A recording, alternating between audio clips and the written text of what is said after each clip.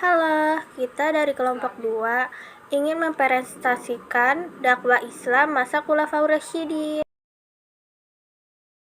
Anggota kelompok 2, 1. Ega Ahmad sebagai moderator, 2. Bilqis Huwaida sebagai pemateri 1, 3. Denis Meyer sebagai pemateri 2, 4. Dian Ardana sebagai pemateri 3, 5. Desi Rismawati sebagai pemateri 4. Assalamualaikum warahmatullahi wabarakatuh. Perkenalkan, saya Ega Ahmad Al-Faruqi, bertugas sebagai moderator. Di sini saya akan menguraikan materi bab 9 tentang dakwah Islam masa Khulafaur Rasyidin.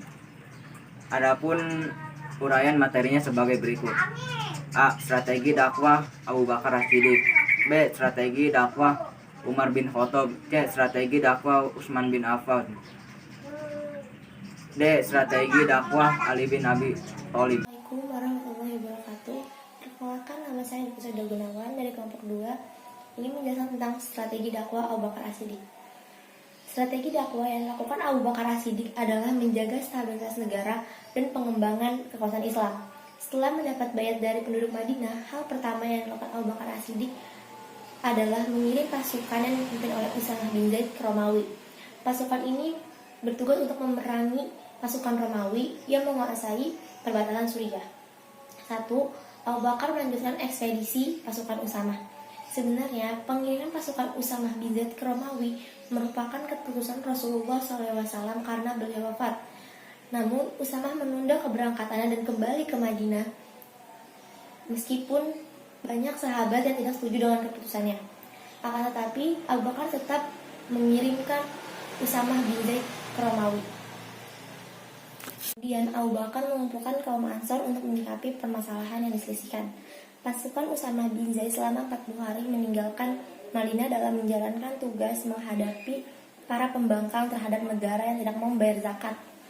Pasukan Usamah bin Zaid pulang dengan membawa kemenangan dan berhasil menumpas para pembangkang. Assalamualaikum warahmatullahi wabarakatuh. Perkenalkan, nama saya Denis Meyer.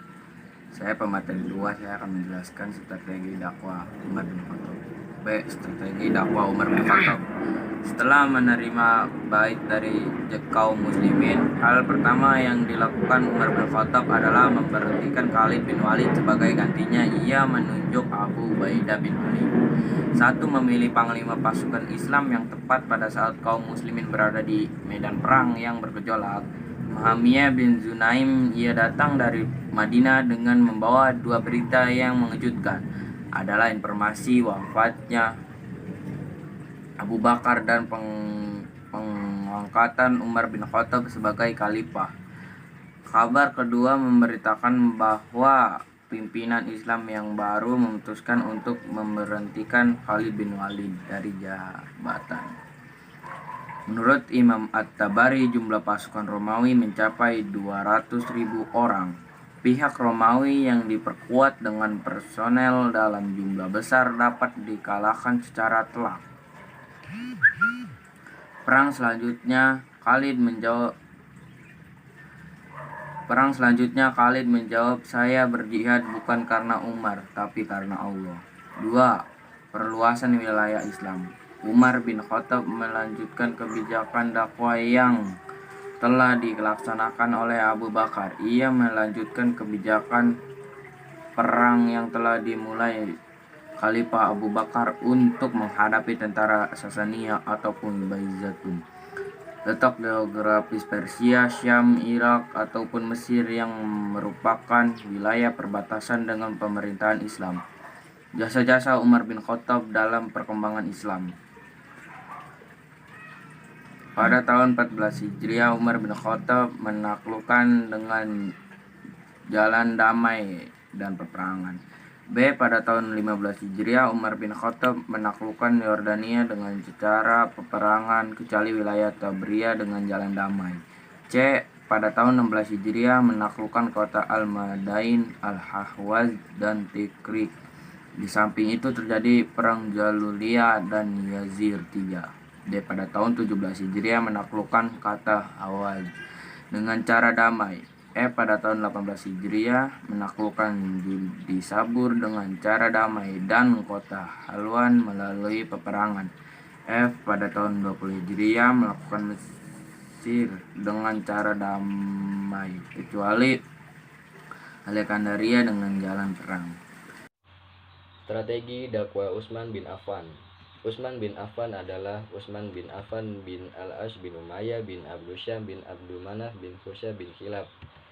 Sesudah Utsman bin Affan dibayat sebagai khalifah, ia mulai mengatur siasat dan strategi kepemimpinannya. Namun pada paruh kedua, Utsman bin Affan mulai mengubah gaya pemerintahannya. Yang pertama, memadamkan api pemberontakan. Pemberontakan oleh kekuatan rakyat yang kecewa atas kebijakan Utsman pada awalnya mampu mengalahkan pasukan pemerintah. Yang menjadi perbedaan adalah pergantian beberapa gubernur sehingga menimbulkan gejolak dan dinilai lebih mementingkan hubungan kerabat dalam pengangkatannya. Terdapat beberapa alasan yang dapat ditarik kesimpulan bahwa Utsman tidak nepotisme, yakni sebagai berikut. Para gubernur yang diangkat Utsman bin Affan tidak semua familinya, saudara atau anak asuh, saudara susuan, ada pula saudara tiri. Utsman bin Affan mengangkat familinya, ia menghukum yang bersalah setelah diberhentikan. Mereka justru tidak dipertahankan. Walid bin Uqbah setelah diberhentikan dan dihukum. Utsman bin Affan mengangkat Walid dan Abdullah menjadi amir pada tahun ketiga kekuasaannya. Meskipun sebagian pejabat diangkat dari kalangan keluarganya, tapi semuanya memiliki reputasi tinggi dan memiliki kemampuan. Yang kedua, perluasan wilayah Islam. Setahun kemudian, Amr bin As diberhentikan lagi dari jabatannya sebagai alasan yang dijadikan dasar adalah karena ia dinilai menghalangi Abdullah bin Sarah dalam menarik pajak. Sebagai gantinya, tokoh yang terakhir itu ditunjuk untuk menduduki jabatan gubernur kembali atas izin khalifah. Kekuatan laut yang dibentuknya digerakkan untuk menggempur pasukan Romawi. Dalam pertempuran laut yang hebat itu, armada muslim mampu menunjukkan kekuatannya. Assalamualaikum warahmatullahi wabarakatuh. Nama saya Desi Rismawati, saya sebagai pemateri 4. Saya akan menjelaskan tentang strategi dakwah Ali bin Abi Thalib. Ali bin Abi Thalib lahir pada hari Jumat, tanggal 13 Rajab, di kota Mekah sekitar tahun 600 Masehi. Ia lahir dari pasangan Abu Thalib bin Abdul Muthalib dan Fatimah binti Asad. Ketika lahir, ibunya memberi nama Haidar yang artinya singgah. Namun sang ayah lebih suka menamainya Ali, artinya tinggi dan luhur. Abu Thalib adalah kakak Abdullah, ayah Nabi Muhammad SAW. Selama masa kepemimpinannya, Khalifah Ali sibuk mengurusi mereka yang tidak mau membayat dirinya tersebut. Sama seperti pendahuluannya, yaitu Rasulullah, Abu Bakar dan Umar, Utsman, Khalifah Ali juga hidup sederhana dan zuhud. Ia tidak senang dengan kemewahan hidup. Ia bahkan menentang mereka yang hidup bermewah-mewahan. Adapun kebijakan dan strategi dakwah Ali bin Abu Thalib. 1. Penggantian pejabat lama dengan yang baru. Khalifah Ali bin Abu Thalib memerintah hanya 6 tahun. 2. Penarikan kembali tanah hadiah. Ali juga menarik kembali tanah yang dihadiahkan Utsman kepada penduduk dengan menyerahkan hasil dapatannya kepada negara. 3. Menghadapi para pemberontak setelah kebijakan tersebut diterapkan Ali bin Abu Thalib. Untuk mengakhiri sekaligus menutup presentasi dari kami, kurang lebihnya mohon maaf. Semoga materi yang kami sampaikan bermanfaat. Wabillahi taufiq wal hidayah. Wassalamualaikum warahmatullahi wabarakatuh.